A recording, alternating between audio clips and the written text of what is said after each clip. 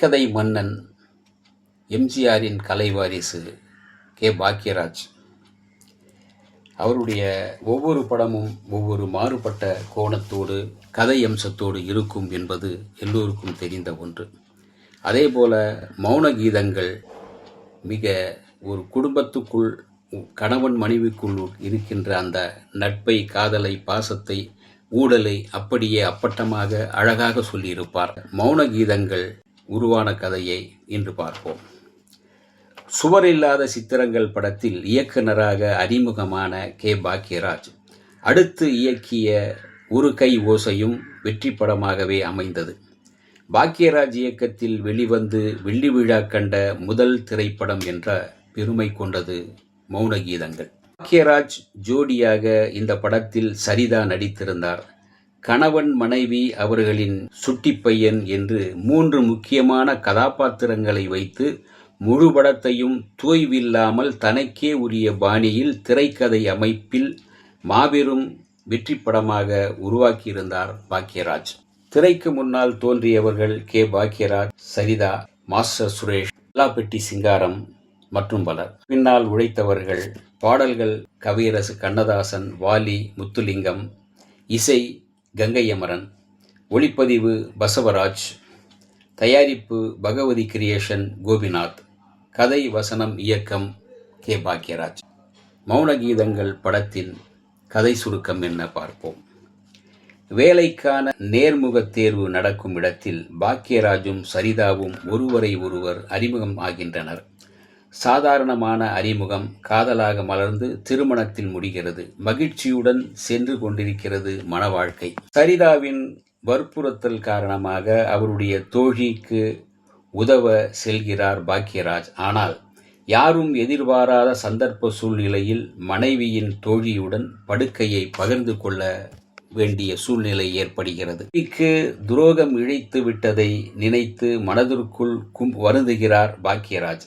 ஒரு நாள் மது அருந்திய மயக்க நிலையில் இருக்கும் போது மனதிற்குள் பூட்டி வைத்திருந்த இந்த ரகசியத்தை மனைவியிடம் வெளிப்படையாக சொல்லிவிடுகிறார். அவ்வளவுதான். சரிதா கொதித்து எழுகிறார், கத்துகிறார், அடிக்கிறார். கணவன் எவ்வளவோ சொல்லியும் அவரை மன்னிக்க தயாராக இல்லை.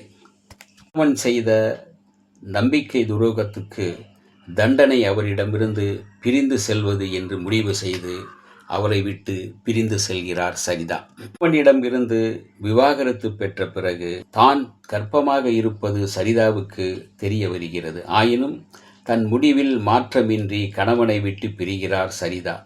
5 ஆண்டுகளுக்கு பிறகு தன் மகனுடன் புதிதாக ஒரு வீட்டுக்கு குடியேறுகிறார் சரிதா. அந்த வீட்டுக்கு பக்கத்தில்தான் பாக்யராஜும் வசிக்கிறார். பாக்யராஜ் தனது தொடர் நடவடிக்கைகள் மூலம் சரிதாவை சமாதானப்படுத்த முயற்சிக்கிறார். இறுதியில் சரிதாவும் பழைய சம்பவங்களை மறந்து பாக்யராஜுடன் ஒன்று சேர்கிறார். இதுதான் மௌன கீதங்களின் கதை. கதை பல இடங்களில் பயணித்து கணவன் மனைவிக்குள் இருக்கின்ற அந்த சண்டை, மோதல், கணவன் மீது அவர் காட்டுகின்ற கோபம், அதே போல கணவனிடம் அவர் காட்டுகின்ற காதல், அந்த ரொமான்ஸ் எல்லாமே கலந்து வருகிறது. அதே போல மனைவி இருக்கும் அதே அலுவலகத்திற்கு மேனேஜராக வருகிறார் கணவர். அந்த இடத்தில் வேறொருவன் அவர் மனைவியை தன்னோடு சம்மதப்படுத்தி அவளுக்கும் எனக்கும் காதல் என்றெல்லாம் கதை கட்டி அவள் மீது ஒரு களங்கத்தை ஏற்படுத்தும் போது அவனை அழைத்து ஒரு அறை விட்டு சொல்கிறார், நீ செய்தது தப்பு, அவளிடம் மன்னிப்பு கேள் என்று கணவன் சொல்கின்றான். இப்படி பல காட்சிகள். அதே சமயத்தில் சரிதாவுக்குள் ஒரு ஈரத்தை கணவன் தன் மீது வைத்திருக்கின்ற ஒரு நம்பிக்கையை ஏற்படுத்தும் விதமாக ஒரு காட்சியில் ஒரு வசனத்தை நறுக்கென்று வைத்திருப்பார். தன்னுடைய மனைவி சரிதா அவள் ஒரு நெருப்பு, அதன் மீது யார் பட்டாலும் எரிந்து விடுவார்கள் என்று அவர் சொல்லுகின்ற அந்த ஒரு வார்த்தைக்காகவே மீண்டும் அவர்களுக்குள் காதல் ஏற்படுகிறது என்று சொல்லலாம். தன் மீது வைத்திருக்கின்ற அன்பு, நேசத்தை உணர்வது போல காட்சி அமைத்திருப்பார். கீதங்கள் திரைப்படமாக உருவாவதற்கு முன்பே இந்த கதையை ஒரு பிரபல வார இதழ் ஒன்றில் தொடர்கதையாக எழுதி வந்தார் பாக்யராஜ். கிளைமாக்ஸ் மட்டும் எழுதவில்லை. அந்த தொடர்கதையும் வாசகர்கள் மத்தியில் யோகோபித்த பாராட்டையும் வரவேற்பையும் பெற்றது. வெளிவந்து வெற்றி பெற்ற அதே ஆண்டில் ஹிந்தியில் ஏக் கி பூல் என்ற பெயரில் உருவானது. கன்னடத்தில் வி. ரவிச்சந்திரன் நடிக்க மனே தேவுரு என்ற பெயரில் வெளிவந்தது.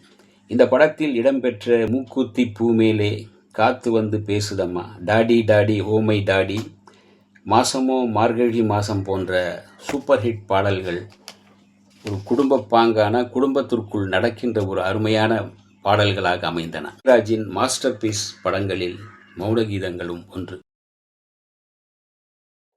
இந்த வீடியோ உங்களுக்கு பிடிச்சிருந்தா லைக் பண்ணுங்க, ஷேர் பண்ணுங்க, கமெண்ட் பண்ணுங்க, சப்ஸ்கிரைப் பண்ணுங்க, மறக்காம பெல் ஐகானை கிளிக் பண்ணுங்க.